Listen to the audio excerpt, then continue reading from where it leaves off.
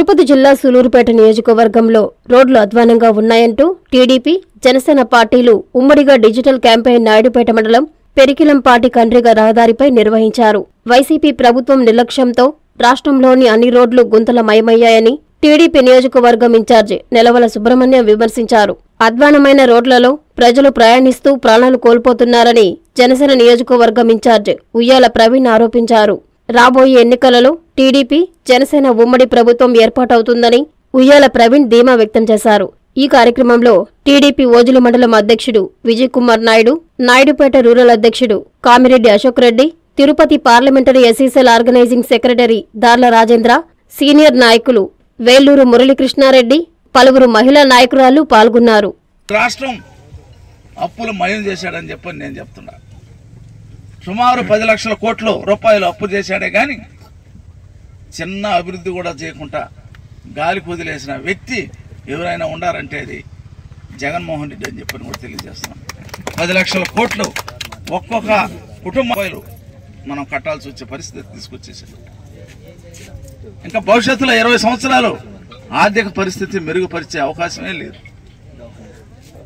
చంద్రబాబు నాయుడు గారు లాంటి అనుభవజ్ఞుడు, మరి అదేవిధంగా పరిపాలనా దక్షుడు, అదేవిధంగా ఆర్థిక నిపుణుడు కాబట్టి అలాంటి వ్యక్తి వస్తేనే ఈ రాష్ట్రాన్ని మళ్ళీ ఈ ఆర్థిక పరిస్థితిని గాడిలో పెట్టగలరే గాని మరి ఎవరికి కూడా సాధ్యమయ్యే పని కాదని చెప్పని కూడా ఈ సందర్భంగా నేను మనం చేస్తా ఉండాలి. ఎక్కడ అభివృద్ధి 4.5 సంవత్సరం అయిపోయింది. ఇంకొక 2-3 నెలల్లో ఎన్నికలు రాబోతున్నాయి. ఇప్పటి వరకు రాష్ట్రంలో అభివృద్ధి అనేది కనిపించినది. ఈ రోడ్ల పరిస్థితి అధ్వానంగా ఉందంటే మరి ఇంకా మన ప్రాంతంలో కూడా సూలూరుపేట నియోజకవర్గంలో కూడా అనేక రోడ్లు, ప్రతి పంచాయతీ రోడ్డు కూడా నామరూపాలు లేకుండా అయిపోయింది. అప్పుడు తెలుగుదేశం పార్టీలు వేశారు. వీళ్ళ దోపిడీ విధానానికి వీళ్ళు ఇసుక దోలి, గ్రావెల్ దోలి, మెటల్ దోలి, మట్టి దోలి రోడ్లన్నీ సిద్ధం చేసేశారు వైసీపీ నాయకులు.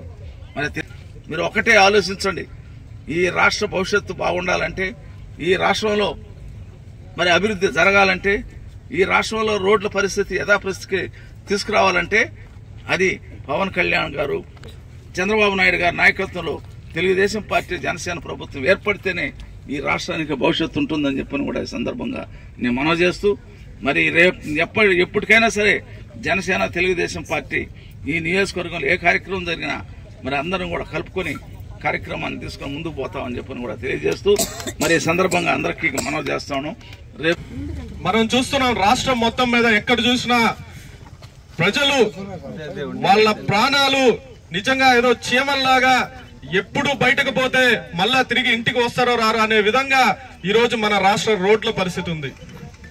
ఎంతో మంది ప్రాణాలు కోల్పోతున్నా ఈ జగన్మోహన్ రెడ్డి, ఈ సైకో జగన్మోహన్ రెడ్డి నవ్వుతూ చూస్తుంటాడు గాని అరే ఒక రోడ్ వేద్దాం, ఒక మంచి రోడ్ వేద్దాము, గ్రామాల్లో అభివృద్ధి చేద్దాము, బేసిక్ ఇన్ఫ్రాస్ట్రక్చర్ ని డెవలప్ చేద్దామనే ఎటువంటి చిత్తశుద్ధి లేని ప్రభుత్వం ఏదైతే ఉందో అది వైసీపీ ప్రభుత్వం.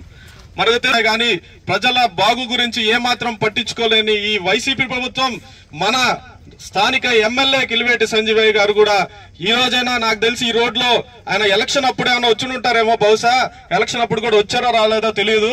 నాకు తెలిసి ఈ 5 సంవత్సరాల కాలంలో ఒక్కసారి కూడా ఈ రోడ్డు మొహాన్ని కూడా ఆయన చూసుండరు.